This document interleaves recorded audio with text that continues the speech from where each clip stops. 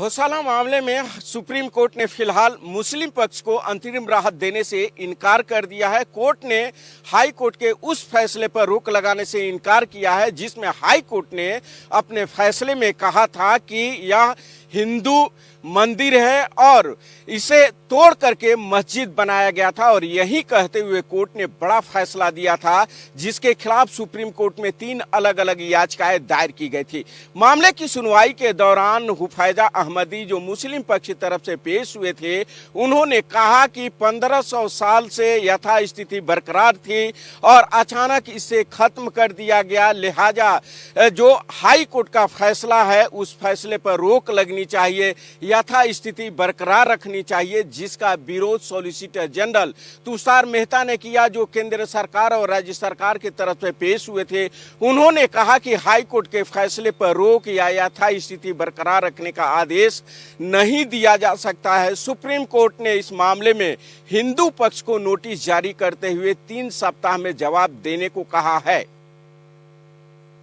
Film अभिनेता शाहरुख खान को supreme court से बड़ी राहत मिली है क्योंकि शाहरुख खान के खिलाफ जो याचिका सुप्रीम कोर्ट में दायर की गई थी उस याचिका में कहा गया था कि जो उनका घर है मन्नत, उसके जो रिनोवेशन का काम किया जा रहा है वह कानून को ताक पर रख कर किया जा रहा है, लिहाजा उस पर तुरंत रोक लगनी चाहिए। याचिकाकर्ता की इस दलील को सुप्रीम कोर्ट ने खारिज किया और कोर्ट ने कहा कि जो मन्नत के लिए रिनोवेशन का आदेश दिया गया है वो फैसला बिल्कुल सही है और साथ ही कोर्ट ने एनजीटी के आदेश पर भी रोक लगाने से इनकार किया। कोर्ट ने कहा कि हम एनजीटी ने जो फैसला दिया है उस फैसले में हम दखल नहीं दे सकते हैं। दरअसल मुंबई के रहने वाला एक सामाजिक कार्यकर्ता ने इसको लेकर के याचिका दायर की थी और कहा था कि शाहरुख खान जो अपने घर मन्नत का रिनोवेशन करा रहे हैं वो कानून के दायरे में नहीं करा रहे हैं, क्योंकि नियम यह कहता है कि जब भी कोई रिनोवेशन का काम होता है और वह काम 5 करोड़ से ऊपर का है तो इसके लिए अनुमति लेनी जरूरी होती है, लेकिन उन्होंने अनुमति नहीं ली है। कोर्ट ने कहा कि शाहरुख खान जो मन्नत के घर का रिनोवेशन करा रहे हैं वो कानून के दायरे में करा रहे हैं और पड़ोसी या फिर दूसरा कोई व्यक्ति इस पर सवाल उठाने वाला कौन होता है। कोर्ट ने याचिकाकर्ता के वकील से यह सख्त जो है सवाल किया और यही कहते हुए कोर्ट ने याचिकाकर्ता की ओर से दायर याचिका को खारिज कर दिया। बहुचर्चित राजा रघुवंशी हत्या मामले में आरोपी सोनम रघुवंशी को लेकर दायर याचिका पर अब सुप्रीम कोर्ट 21 जुलाई को सुनवाई करेगा, क्योंकि मामले की सुनवाई के दौरान सॉलिसिटर जनरल तुषार मेहता ने कोर्ट से आग्रह किया कि उन्हें समय दे दिया जाए, जिसके बाद कोर्ट ने इस मामले में सुनवाई को टाल दिया।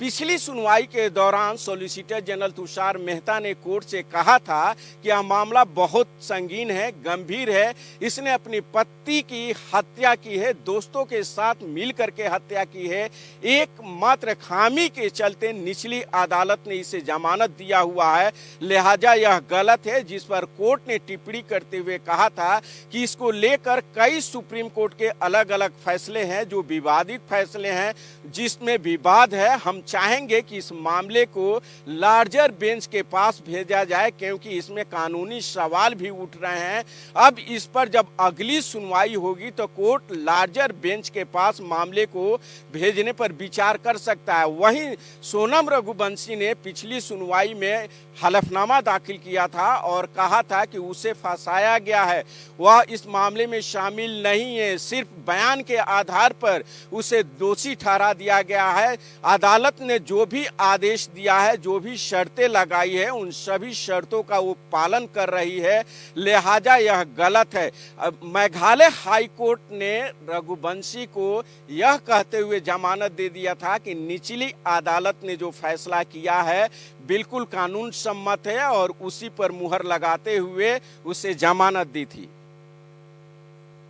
देखिए, चारा घोटाला मामले में दोषी लालू प्रसाद यादव को आज सुप्रीम कोर्ट से बड़ी राहत मिली है। सुप्रीम कोर्ट ने सीबीआई और झारखंड सरकार की उस याचिका को खारिज कर दिया है जिसमें झारखंड हाई कोर्ट द्वारा दिए गए फैसले पर रोक लगाने की मांग की थी, क्योंकि झारखंड हाई कोर्ट ने दोषसिद्धि पर रोक लगा दिया था, जिसके बाद सीबीआई और राज्य सरकार ने सुप्रीम कोर्ट में याचिका दायर की थी और कहा था कि झारखंड हाई कोर्ट का फैसला सही नहीं है, झारखंड हाई कोर्ट ने सही तरीके से कानून की व्याख्या नहीं की है, लिहाजा हाई कोर्ट के फैसले पर रोक लगनी चाहिए। मामले की सुनवाई के दौरान सीबीआई की ओर से additional solicitor general SP Raju पेश हुए और उन्होंने कहा कि हाई कोर्ट का फैसला सही नहीं है, लिहाजा हाई कोर्ट ने जो दोषसिद्धि पर रोक लगाई है उस पर रोक लगनी चाहिए। सुप्रीम कोर्ट ने कहा कि इस मामले में अब रोक लगाना संभव नहीं है और यही कहते हुए